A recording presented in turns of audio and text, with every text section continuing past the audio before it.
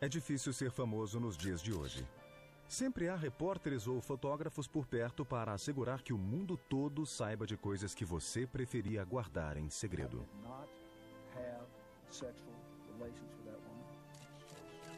É claro que, em um passado distante, quem governava não tinha esse problema. Não precisava se preocupar com a imprensa ou os paparazzi intrometendo-se em seus assuntos particulares. Estava a salvo das manchetes e colunas de fofocas. Até agora. Neste programa, a imprensa moderna terá a chance de conhecer a vida de um faraó crossdresser e a de outro soberano de hábitos no mínimo estranhos, além de ficar por dentro da atividade dos saqueadores de túmulos. Chegou a hora de expor a vida privada dos faraós do Egito Antigo. Hoje, os repórteres de jornal e de televisão adoram alimentar o interesse do público pela vida dos ricos e famosos. Se estivessem na ativa 3.000 anos atrás, eles estariam tropeçando uns nos outros para contar tudo sobre a vida dos faraós, os grandes soberanos do Egito Antigo. Ser faraó era uma coisa muito boa. Para começar, significava ter uma vida de muito luxo e riqueza. Se você fosse fascinado pelo poder, não haveria posição mais agradável. E o melhor talvez seria saber que todas as suas atitudes contavam com o apoio inconteste dos deuses. A imprensa adora derrubar os superpoderosos. Alguns jornais parecem até mesmo acreditar que essa é sua principal função. Rose Boycott, ex-editora de 2 populares jornais britânicos, também detecta uma mudança na forma como a imprensa apresenta as notícias nos dias atuais. So this has pushed the newspaper into a new direction. And it's opened newspapers up to, I think, a whole new degree of criticism, because what they do, and a lot of them do, is then say, well, we know the facts, now we're going to tell you what you ought to think about it. So the newspapers have become conduits of feeling, which is very sinister. Um dos soberanos que teriam sido alvo da imprensa e dos paparazzi foi Hatshepsut, faraó da 18ª dinastia, que governou Tebas 3.500 anos atrás durante o Novo Império. Obstinada e ambiciosa, Hatshepsut chegou ao trono com apenas 15 anos. O Egito teve paz e abundância durante seu reinado. Mas nos anos que se seguiram, tentou-se sistematicamente apagar Hatshepsut dos livros de história. As imagens da soberana foram destruídas, seu nome obliterado dos monumentos. Por quê? A resposta é simples. Hatshepsut era mulher. O faraó é uma moça. Nos 2.000 anos que antecederam o reinado de Hatshepsut, várias mulheres da realeza egípcia deixaram sua marca como rainhas consortes ou rainhas mães de faraós que ainda eram crianças. Mas Hatshepsut foi diferente. Ela não se contentava em ser rainha, queria ser rei. E foi isso que ela se tornou. Gravuras mostram trajes, cortes de cabelo e regalias de um faraó homem, inclusive uma barba falsa. Ela se tornou o primeiro governante cross-dresser da história. Well, female queens who weren't supposed to be female would have landed people with a terrific problem, because you'd have obviously been saying that the Queen was telling a lie by exposing the rather obviously cranky disguise that she adopted. Por que toda a confusão? Bem, Hatshepsut não estava apenas pondo a tradição de lado.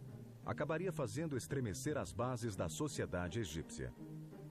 Ela teve profunda influência sobre seu país, assim como outra líder mulher que ascendeu ao poder mais de 5.000 anos depois no Reino Unido, Margaret Thatcher. It definitely blew open the last frontier and said that actually anything is possible, and I think it's certainly is very effective in terms of the idea that we might not get a female president in the USA, which is a really exciting prospect. Although Mrs. Thatcher herself, I don't think, gave a stuff about women. I mean, she really was someone who ignored any possible frailties of her sex, or really any possible advantages of her sex. I think she did behave very much like a man.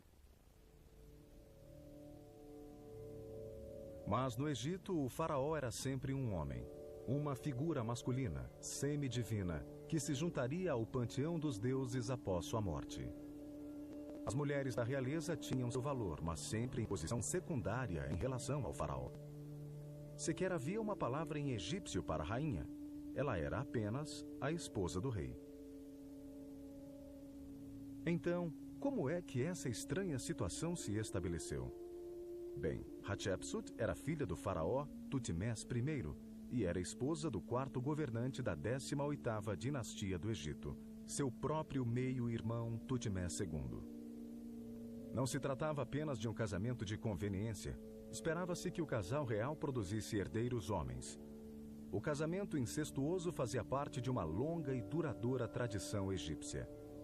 Um casamento assim certamente interessaria muito mais a imprensa nos dias de hoje. Hat e Tut, íntimos demais? They weren't particularly worried about incest. And it's something that they liked anyway. Brother-sister incest, it's something that the gods were known to practice. Because at the beginning of time, when there weren't very many gods around, Isis and Osiris married, Seth and Nephthys married. So there was a sort of divine precedent for brother-sister incest. And this is something that the royal family followed. But we certainly think it was done for practical reasons, rather than just to prove that they were close to the gods. Anyway, that's how the brother and sister managed to marry. Então, quando Hatshepsut se casou com o meio-irmão, estava simplesmente cumprindo seu dever sagrado. Mas ela era uma mulher muito ambiciosa e seu marido era uma pessoa frágil e doente, o que significava que ela era a verdadeira força por trás do trono.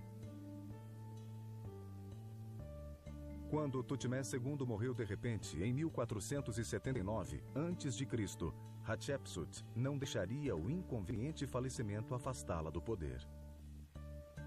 Ela vislumbrou uma oportunidade.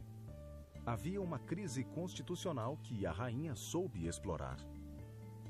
What happened following the death of Thutmosis II is that he did leave a son, also called Thutmosis, but it wasn't a son born to his queen.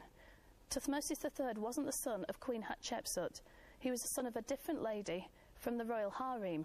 He was quite entitled to claim the throne. There was no problem with the accession. The problem was that there was nobody really to guide him. Normally his mother would have done that, but his mother, Isis, just wasn't high-born enough to actually rule Egypt on behalf of her young son, and that's essentially what being regent meant. It meant ruling for a short period of time on behalf of your son. So when Thutmosis II died unexpectedly young, what happened was his son succeeded to the throne, but he was guided by his stepmother, Hatshepsut, who herself was the daughter of a king and the wife of a king, so she was a very, very suitable person to guide the young king. Então, Hatshepsut teve permissão para reinar como viúva do faraó Tutmés II. Ela seria faraó, apesar de mulher. Realmente, a questão era complicada. A solução mais óbvia, ao que parecia, seria fingir ser homem. Simples, a barba falsa apareceu, assim como toda a parafernália masculina. Todos sabiam que se tratava de uma mulher, mas ela se parecia com um homem. Uma situação, de fato, muito estranha.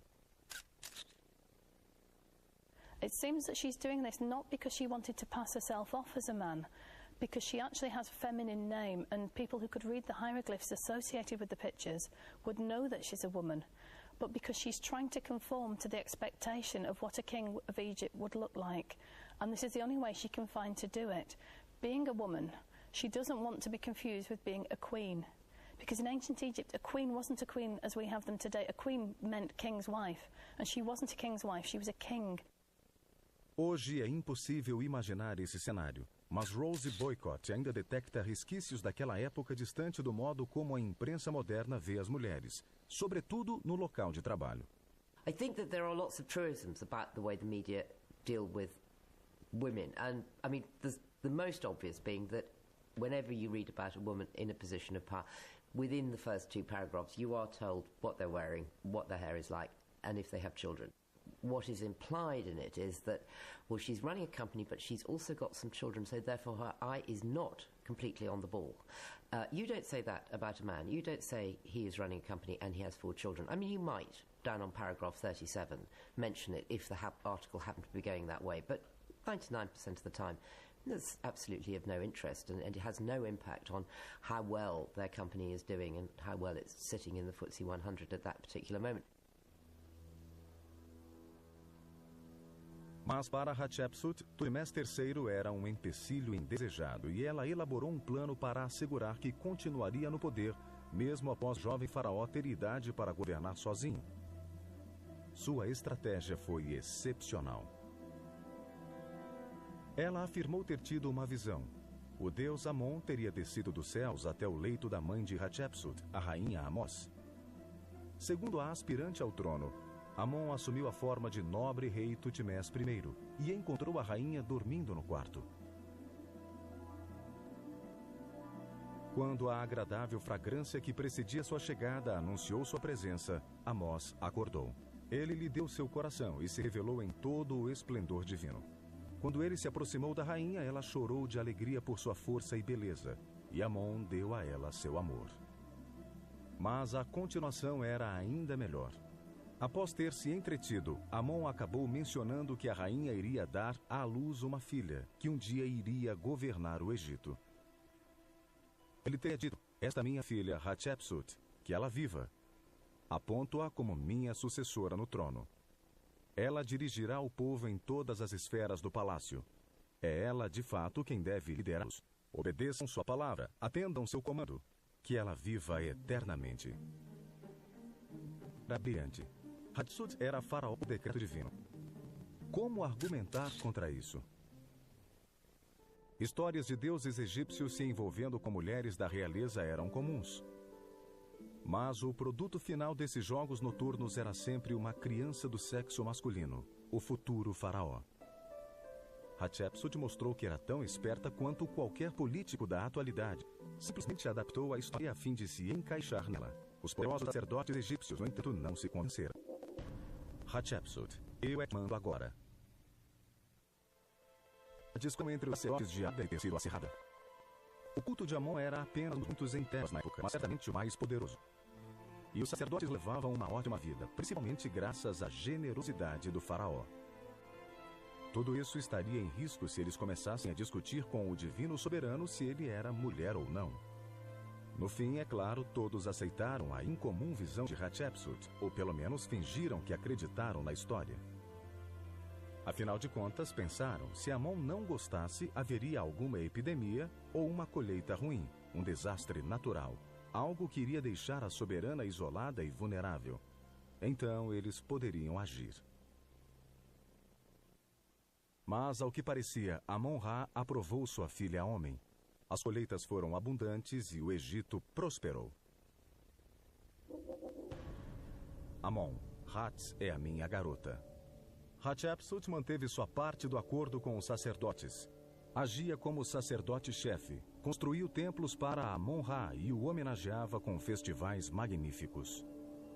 Mas ela também cuidou para se cercar de conselheiros leais que a protegiam.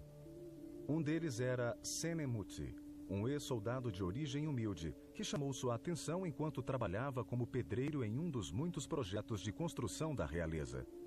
Hatshepsut gostou dele e logo o promoveu a um alto posto na corte. Segundo os rumores, ele também detinha um alto posto na cama da soberana. Desenhos ousados começaram a aparecer, sugerindo que nem todos estavam satisfeitos com a escolha do amante de Hatshepsut. Mas Senemuti devia estar bastante feliz. Ele logo se tornou o homem mais poderoso da corte. Na verdade, durante o reinado de Faraó, ele ostentou mais de 80 títulos, inclusive porta-voz do rei Hatshepsut, o de procurador da família real e o de superintendente dos edifícios do rei Amon. Nada mal para um plebeu. Hatshepsut e Senemuti tinham de manter a discrição. Para ela, casar-se com um plebeu não era uma opção.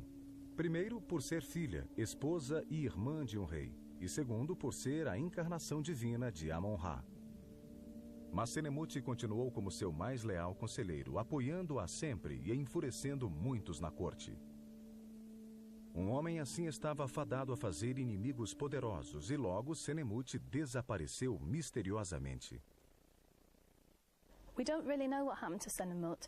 He's been very conspicuous in the royal family. We've got more statues of this bloke than we've got of any other Egyptian up to this period. He's obviously very, very important. He's important in Hatshepsut's life. He's looked after her daughter. He's been her tutor. And suddenly, just vanishes. We've absolutely no idea what's happened to him.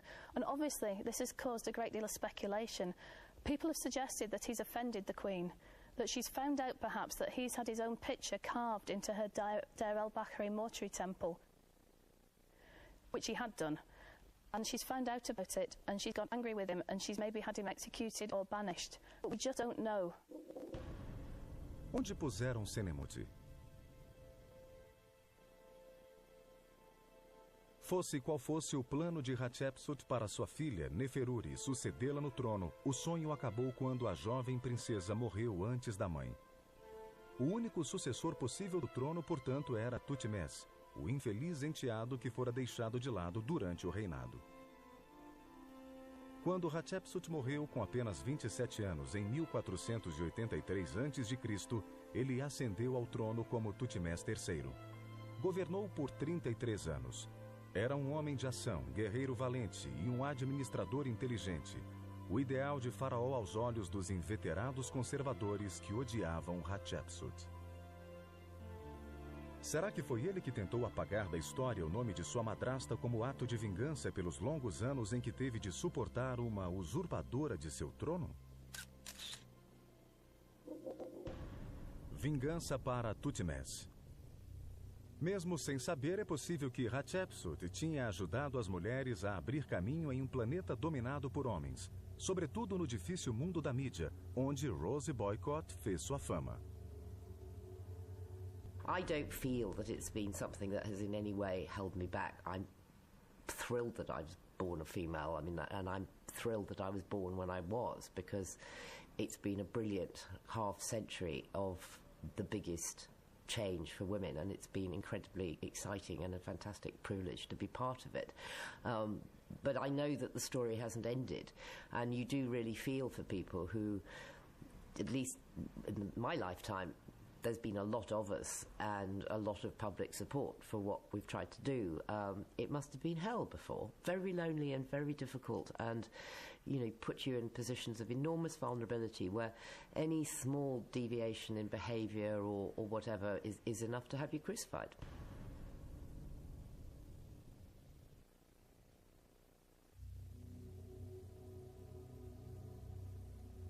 Se a vida terrena de um faraó já era boa, a vida após a morte deveria ser ainda melhor.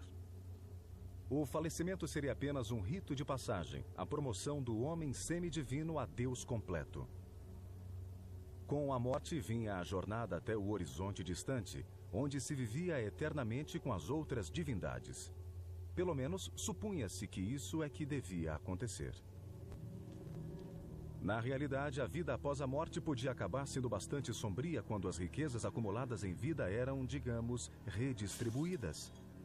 As chances de ser deixado em paz para aproveitá-las eram muito pequenas, porque sempre havia gente tentando roubar coisas do seu túmulo. As mini-câmeras escondidas teriam sido muito úteis no Egito Antigo. Grave preocupação com o saque em túmulos. Quando um faraó ascendia ao poder, uma de suas primeiras tarefas era começar a trabalhar em seu próprio túmulo. A vida era curta. A média de expectativa de vida no Egito não ultrapassava os 30 anos, e você passava muito tempo morto. Mas construir túmulos era um negócio muito caro. O historiador grego Heródoto sugeriu que o faraó Khufu financiou o mais famoso monumento funerário de todo o Egito, a Grande Pirâmide, de forma, no mínimo, inusitada. Ele teria mandado a filha a bordéis para arrecadar o dinheiro que precisava. E ela conseguiu, mas estava decidida a fazer um monumento que perpetuasse sua própria memória também. Então pedia a cada um de seus clientes que lhe desse de presente um bloco de pedra. Com esses blocos, ela teria mandado construir a pirâmide do meio, entre as três que se erguem diante das grandes pirâmides. Pelo tamanho da pirâmide, a jovem princesa deve ter trabalhado bastante. Houve uma época em que somente faraós podiam viajar após a morte até a terra dos deuses. Os simples mortais tinham de se contentar com uma vida após a morte dentro de seus túmulos, uma perspectiva de fato entediante. It's well understood that only the pharaoh had any real chance of a life outside the tomb. So the pharaohs in the pyramid, he will be able to travel after death, maybe to be an undying star, maybe to live with the sun god Re. Everybody else has got to stick in their tomb. They're going to be a ghost. They are going to have some sort of life, but it's not really a good life. That's why the early Egyptians took so much stuff to the grave with them, because they thought if they're going to be stuck in the tomb, they might as well take all their clothes and food. Some of them have got even toilets in there, because they think they're going to be there for all time.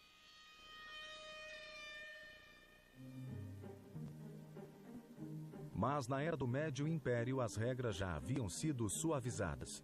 Todos que pudessem pagar poderiam fazer a longa jornada após a morte até a Terra dos Deuses. And suddenly, during the Middle Kingdom, there's a sort of democratization. It becomes acceptable for other people to travel to the afterlife as well. And we don't really know why this happens, but we can see it happening. People's expectations of life just change. It may well be that following the end of the Old Kingdom, the Middle Kingdom kings are less austere, they're less like, they're perhaps more human than the old ones, because there has been a collapse in authority, a temporary collapse. Kings have come back again, and they're far more at one with the people. Maybe they've allowed this to happen, but we really don't know. But it's a very interesting thing, because it has a whole different effect on the funerary rituals, really. É claro que as pessoas tinham de ir bem preparadas para a eternidade. O corpo tinha de passar pelo elaborado processo de embalsamamento e mumificação. Depois o túmulo era provido com tudo que fosse necessário na vida após a morte, inclusive alimentos móveis, além de meios para passar o tempo. Mas os túmulos sempre eram saqueados, alguns deles várias vezes. Afinal, eram alvos tentadores demais. Timber was absolutely rife in ancient Egypt. Right from the very beginning, even in pre-dynastic, before the kingship has even started, there's evidence that the graves have been robbed, and it continues right throughout the dynastic period. By the time Tutankhamun and Ramesses on the throne of Egypt, the pyramids are empty. They've already been robbed. Onde foi parar todo o ouro? Everybody who was buried in anything resembling a sort of posh grave, an upper-class, middle-class grave, would take stuff. Even the poor people took things to the grave with them.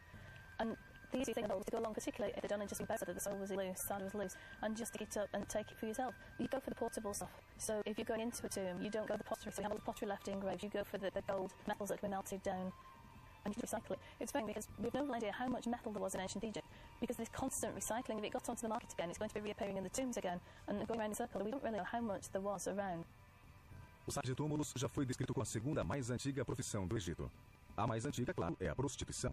Quando um túmulo era roubado, a múmia também vai ser destruída. Não era apenas desfeituoso, significava um desastre. A chance de felicidade eterna estava perdida. Morrer pela segunda vez na vida após a morte era o pior de todos os destinos. E os encarregados dos serviços funerários não ajudavam. Na verdade, eram famosos pelo tratamento escandaloso dos cadáveres. Seu trabalho era remover os órgãos internos, lavar o corpo e prepará-lo para o embalsamamento e a mumificação. Anos e anos depois, coube a Heródoto contar sobre as coisas terríveis que aconteciam nesse processo, tarefa que a imprensa moderna teria adorado. Horrível escândalo funerário. Heródoto relatou: as esposas de homens poderosos não eram entregues logo, nem qualquer outra mulher bonita. 3 dias se passavam antes que fossem levadas aos embalsamadores. Isso era feito para impedir que elas sofressem indignidades. Claro, um cadáver que tivesse amadurecido um pouco mais era menos atraente para alguém cujo objetivo fosse cometer as tais indignidades. Mas mesmo com essas precauções, não havia garantias. E, obviamente, um salão funerário egípcio não era mais popular do que os atuais, de modo que o trabalho dos encarregados era realizado longe do olhar do público, exatamente como hoje. The interesting thing is that the secrets of the undertaker's workshop are very much that. They are secrets. And really, we can reconstruct from the bodies the practical aspects of mummification. But what we can't tell is exactly how it happened, the rituals that went on with it. We do know that mummification is a sacred process. It's not just a practical means of disposing of a body. So there are rituals and rites that go on with it. And to protect that, the undertakers actually kept their practices pretty much secret, because if everybody knows what you have to do to make a mummy into a reborn Egyptian again, then everyone will start mummifying their own dead. Então, se algum anel ou amuleto desaparecesse, quem ficaria sabendo? Como o cadáver era completamente enrolado durante a mumificação, quem poderia dizer que cor para qual? Que múmias misteriosas! We can tell by modern x-rays and CAT scans that what's inside the bandages isn't necessarily what the person who submitted the body to the undertakers thinks is inside the bandages. So we have mummified babies that are incomplete. We have some mummies who've got 2 heads wrapped in the bandages. There's One poor bloke was actually mummified upside down, and when they realised that they'd forgotten what they were doing as they were bandaging, they just gave him a fake pair of feet pointing the other way. There's a baby that's actually a cat. We've got cat mummies, which are just bundles of twigs. It's very much, you have to trust your undertaker. You have to believe that what they're giving you back is what you've paid for. Talvez não seja de se estranhar que a característica que mais associamos às múmias seja o desejo de vingança. Mas os piores criminosos no saque às múmias eram as próprias pessoas encarregadas de garantir que o faraó tivesse uma passagem tranquila para a vida após a morte. Eram os escavadores de túmulos, pedreiros e trabalhadores que construíam as tumbas e então usavam suas habilidades para saquear seus clientes mais ricos. Foram descobertos túneis que eram usados como esconderijos entre os túmulos. Havia gente demais envolvido no processo para que se mantivesse em segredo a localização de alvos tão tentadores. Despojar faraós é um grande negócio. The first pharaohs were buried in pyramids, and those were obviously very impressive, and you could see them from miles away, but it was just like putting up a big signpost. You might as well say, "King buried here, please rob." So, by the New Kingdom, they knew that the pyramids were in a terrible state. They'd been robbed. They were empty. What they decided to do was to change the whole emphasis, and they would be buried in secret tombs in the Valley of the Kings. So kings like Tutankhamun and Ramesses don't have pyramids. They're buried in rock-cut tombs in the Valley of the Kings at Thebes. Pedreiro chamado Amenpanufer confessou que ele e 7 cúmplices haviam saqueado a pirâmide do rei Sobi-Kensef e que, abre aspas, havia muitos amuletos, joias e ouro em seu pescoço, e ele usava uma coroa de ouro. A múmia desse nobre rei estava toda coberta de ouro. Seus caixões eram adornados com ouro e prata, por dentro e por fora, marchetados com todos os tipos de pedras preciosas. Nós pegamos tudo, encontramos a rainha exatamente no mesmo estado. Levamos tudo o que achamos em sua múmia e então ateamos fogo nos seus caixões. Atear fogo em caixões não era um ato de vandalismo, era uma forma de separar o ouro folheado da madeira. Mas Amenpanufer e sua gangue nunca chegaram a aproveitar os ganhos ilícitos, porque antes de realizar o saque, eles haviam sido forçados a fazer um juramento. Como Amon vive e os faraós vivem, se alguém descobrir que eu tenho qualquer coisa a ver com qualquer dos ladrões, que eu tenha meu nariz e minhas orelhas cortadas e que meu corpo seja espetado na estaca. Amenpanufer, como muitos outros, obviamente considerou que valia a pena correr o risco. Roubar dos mortos, a necrofilia, o saque organizado de túmulos. Na era moderna, se essas coisas acontecessem, certamente seria um ótimo alvo para um jornal investigativo, ou ofereceria um material perfeito para um documentário de TV sensacionalista. Algumas pessoas acreditam que a mídia moderna é poderosa demais e tem muita influência. Mas se essas pessoas são normalmente celebridades ou políticos, o tipo de gente que só gosta de publicidade quando ela lhe serve.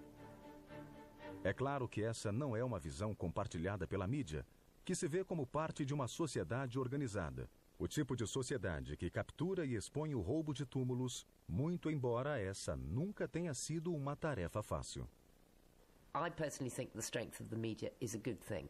It's not the only thing there should be. I mean, you want a society which has got a good opposition as well as a good government, and they all bounce around together, keeping an eye on each other. At the moment, we have a lopsided system. And I suspect through history, you know, things have always been lopsided.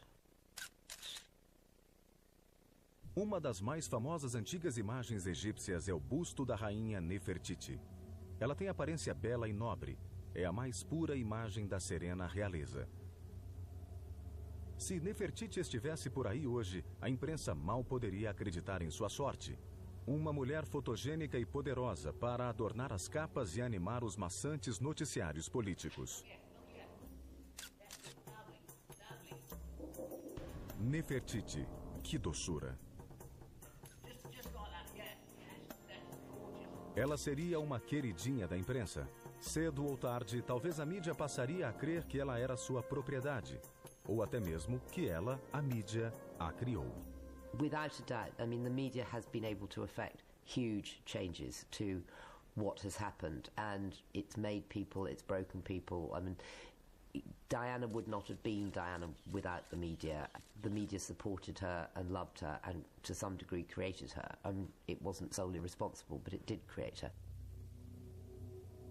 Ela podia ser bonita e transmitir serenidade, mas como esposa do rei herege Akhenaton, o mais famoso de todos os faraós egípcios, Nefertiti não teve uma vida que se pôde chamar de serena. Ela cumpriu sua parte no ataque a séculos de tradição com o estabelecimento de uma religião inteiramente nova. E com isso, ela e o marido fizeram inimigos. A única coisa com que todos concordam é que Nefertiti e Akhenaton tinham muitos inimigos. Akhenaton is one of the most fascinating subjects in Egyptian history. He's a king who comes to the throne under fairly normal circumstances, but within a very, very short period of time of coming to the throne, he decides to completely overturn Egyptian religious views. Os detratores de Akhenaton, que são muitos, o pintam como um governante totalitário, narcisista, possivelmente autista, dominado pela mãe e extremamente confuso quanto à sua sexualidade. Seus fãs, que também são muitos, o veem como um pensador inspirado, defensor da não-violência, um visionário que fundou uma religião pré-cristã correndo grande risco pessoal. Seja como for, após sua morte, seus sucessores tentaram com incrível disposição apagar da história o seu nome e qualquer registro de sua vida como faraó. Sua esposa, Nefertiti, sofreu destino similar. Akhenaton era o filho mais novo de Amenófis III e da rainha Tai. Sua mãe foi a influência dominadora em seus primeiros anos de vida. Tratava-se de uma mulher dura, astuta e enérgica, muito embora o velho rei também fosse bastante enérgico. Segundo alguns, visitar o harém era seu exercício predileto. Outros diziam que ele gostava de usar roupas de mulher. Pouco se sabe da infância de Akhenaton. Nenhuma imagem dele data desse período. A impressão que se tem é de que ele era praticamente invisível. Será que havia algo de estranho nessa criança? Alguma coisa capaz de levar sua família a protegê-lo do olhar do público? É bem possível, porque um fato bastante curioso aconteceu com suas imagens tempos depois. We have a statue of him at the beginning of his reign, and he looks fairly normal, like most pharaohs. Pharaohs like to look normal. Their statuary wasn't meant to be the equivalent of our modern photograph. It was actually meant to reassure people and reassure the gods that they were exactly the same as every pharaoh that had gone before. And you did that by having the same positioning and clothing and just looking the same. Akhenaton wasn't bothered with all that. Very soon into his reign, he develops a striking face. He's got a very long, thin face, and it's made more emphatic because he always has a king's beard on. He's got thick, sensuous lips. He's got a long nose, very prominent cheekbones. His body is best described as a woman's body, really. He's got fairly narrow shoulders and spindly arms and legs, but really good childbearing hips. He's got a narrow waist. He's got breasts. It's very confusing. It's even more confusing, actually, because he has one statue where he has no clothing on and he seems to have no genitalia either. O faraó foi desmascarado. Então, o que está por trás dessas estranhas imagens? Seriam as provas de alguma doença que feminiza sua vítima? Será que elas marcam uma cruel disfunção na formação genética de Akhenaton? Tendo ou não o equipamento, o fato é que Akhenaton era capaz de ter filhos. Nefertiti lhe deu nada menos que 6 meninas. E ele foi pai de outra menina e de 2 meninos com outras de suas esposas. Akhenaton possuía um grande harém, mas sua aparência era pouco comum. E isso significa que a imprensa popular moderna provavelmente não teria lhe dado sossego.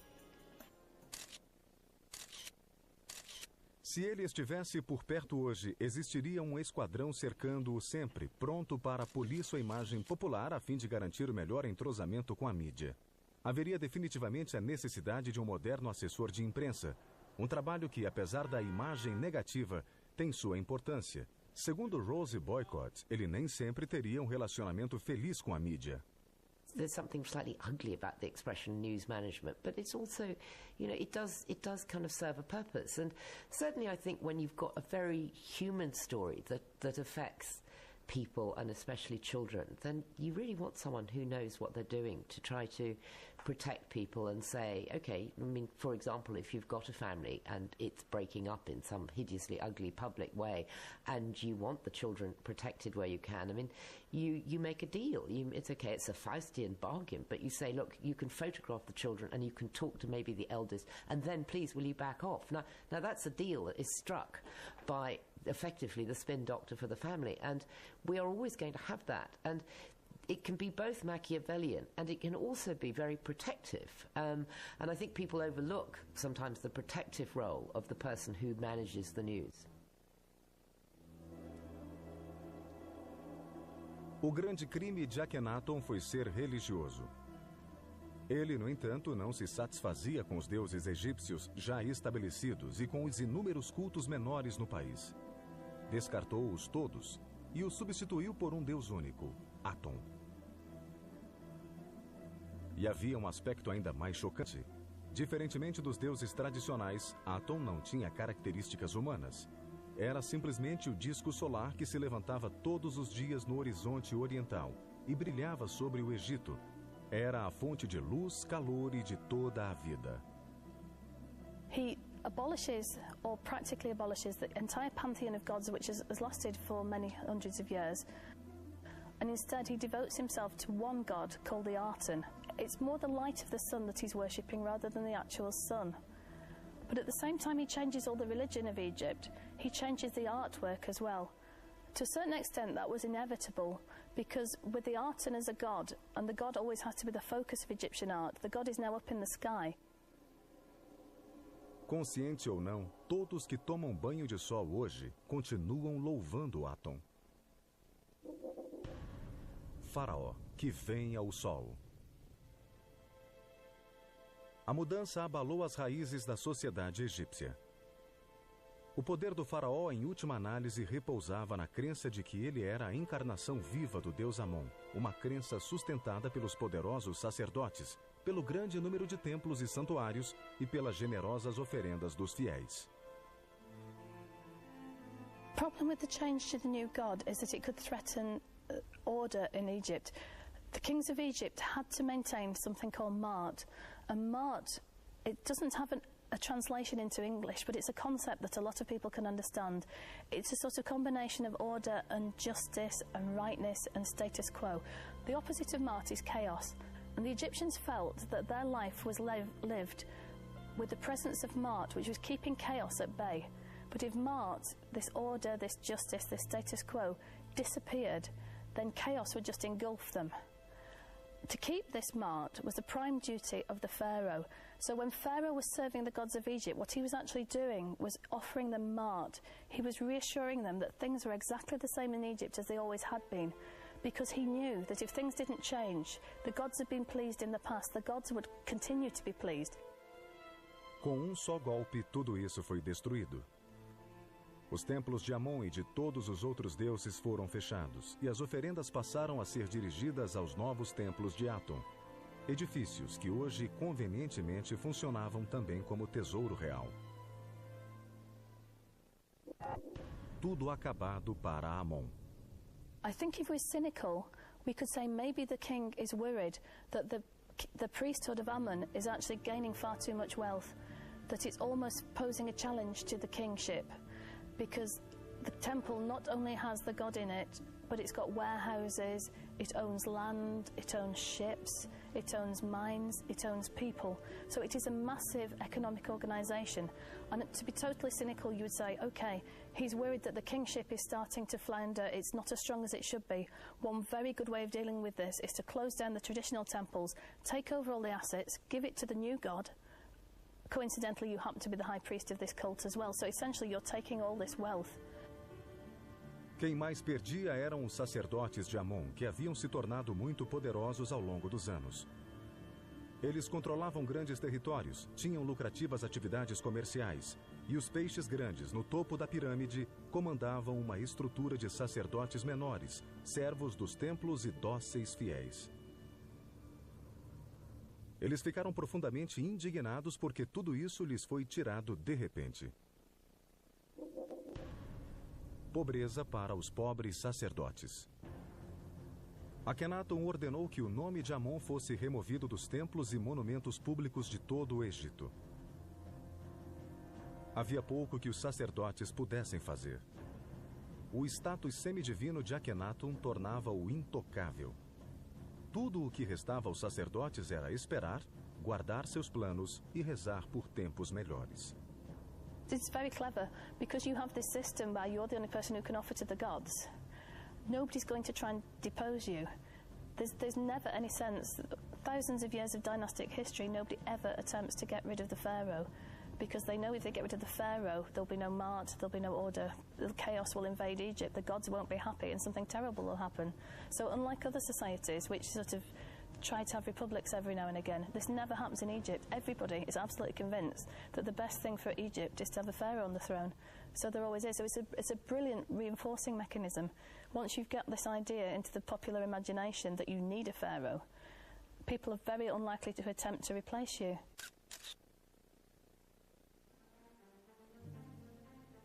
Inúmeras imagens de propaganda, encomendadas por Akhenaton, exibem o rei e Nefertiti cercados pelas filhas, aquecendo-se sob os raios do novo Deus. Atualmente, em um país livre, decisões polêmicas das autoridades são dissecadas e os menores detalhes são examinados pelos jornais, televisão e rádio. Os políticos podem até tentar se safar, mas há boa chance de serem descobertos. Não era assim no Egito Antigo. We don't know what the public reaction to the new god was, because Egypt doesn't seem to have any form of media or any means of recording this sort of information for us. The king is pretty much in charge of the records that we have at this time. I'm not saying that people didn't write stuff down, obviously they did, but it's just not survived. So all we have, really, is Akhenaton's own view of things. And from what we can see, people just got on with life. A rainha Nefertiti abraçou a nova religião com entusiasmo. A imprensa de tabloides de hoje provavelmente suspeitaria bastante da bela criatura que parecia ser o poder por trás do trono. Uma Imelda Marcos do mundo antigo. Mas parece que os egípcios não precisavam se preocupar. Nefertiti is a bit of an enigma. She's very prominent. We have a lot of images of Nefertiti, but it is slightly misleading. We think we know more about her than we do. We know that she's very prominent in the new religion. It seems that Akhenaton needs a female element to his kingship to help to serve the Aten, and he's using his wife almost as a fertility symbol. So we see a lot of her, and she's wearing quite flimsy clothing. Her fertility is emphasised. We see a lot of their children. I think there's no doubt that certainly in the new religion she's very prominent. But I wouldn't say there's any evidence at all to suggest that she is the power behind the throne. Akhenaton has been brought up in a house full of forceful women, really. He's got a forceful wife, he had a forceful mother, he's got 6 daughters. He's allowing them a certain amount of freedom, and he's allowing them certain religious rights. But at the end of the day, there's absolutely no hard evidence at all to suggest that she's either ruling Egypt or even that she's an equal with him. Mas então, em 1336 a.C., o 14º ano do reinado de Akhenaton, Nefertiti de repente desapareceu. Ninguém sabe como nem porquê. Rainha Nefer sumida. Os canais de notícias de hoje e os jornais sensacionalistas não conseguiriam se conter na busca por respostas. Será que Nefertiti foi banida em desgraça porque Akhenaton perdera a paciência com a esposa que não era capaz de lhe dar um herdeiro homem? Ou porque ela havia se tornado poderosa demais e era uma ameaça à sua autoridade? Ou ainda porque ela fora persuadida pelos sacerdotes a abandonar o marido e renunciar ao novo Deus? Ou será que ela simplesmente sucumbiu à peste como tantos outros egípcios? Nefertiti just disappears. And this is very strange to us because she's been so prominent in the Amarna court, the Amarna religion, the new solar religion, that it's very hard for us to imagine that a beloved wife and an important person can just completely disappear and be forgotten about. So it's been suggested that she might not have actually disappeared. She might have gone somewhere else or changed her name. But in fact, there's no evidence to suggest anything happened to her other than she died and was buried at Amarna. Mas talvez a história que mais teria interessado a imprensa seria aquela que sugere que Nefertiti não desapareceu, mas que mudou de nome e de aparência. Aos poucos foi acumulando mais poder e, no fim, sucedeu o marido e governou como faraó.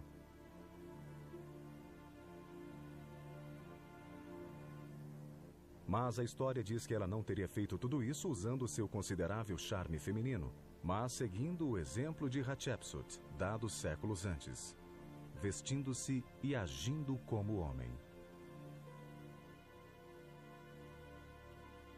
Se tudo isso for verdade, Akhenaton e Nefertiti formaram certamente o mais estranho casal do Antigo Egito, um rei que parecia uma rainha e uma rainha que se vestia como rei. Então, quando os cães famintos da mídia moderna dão voltas no mundo atrás de fotos exclusivas da realeza, de astros do rock, de estrelas de cinema, eles estão se alimentando de migalhas. Se a tecnologia lhes tivesse permitido apontar as câmeras para os estranhos personagens que governaram o Egito muitos séculos atrás, as fotos certamente teriam valido o trono de um rei.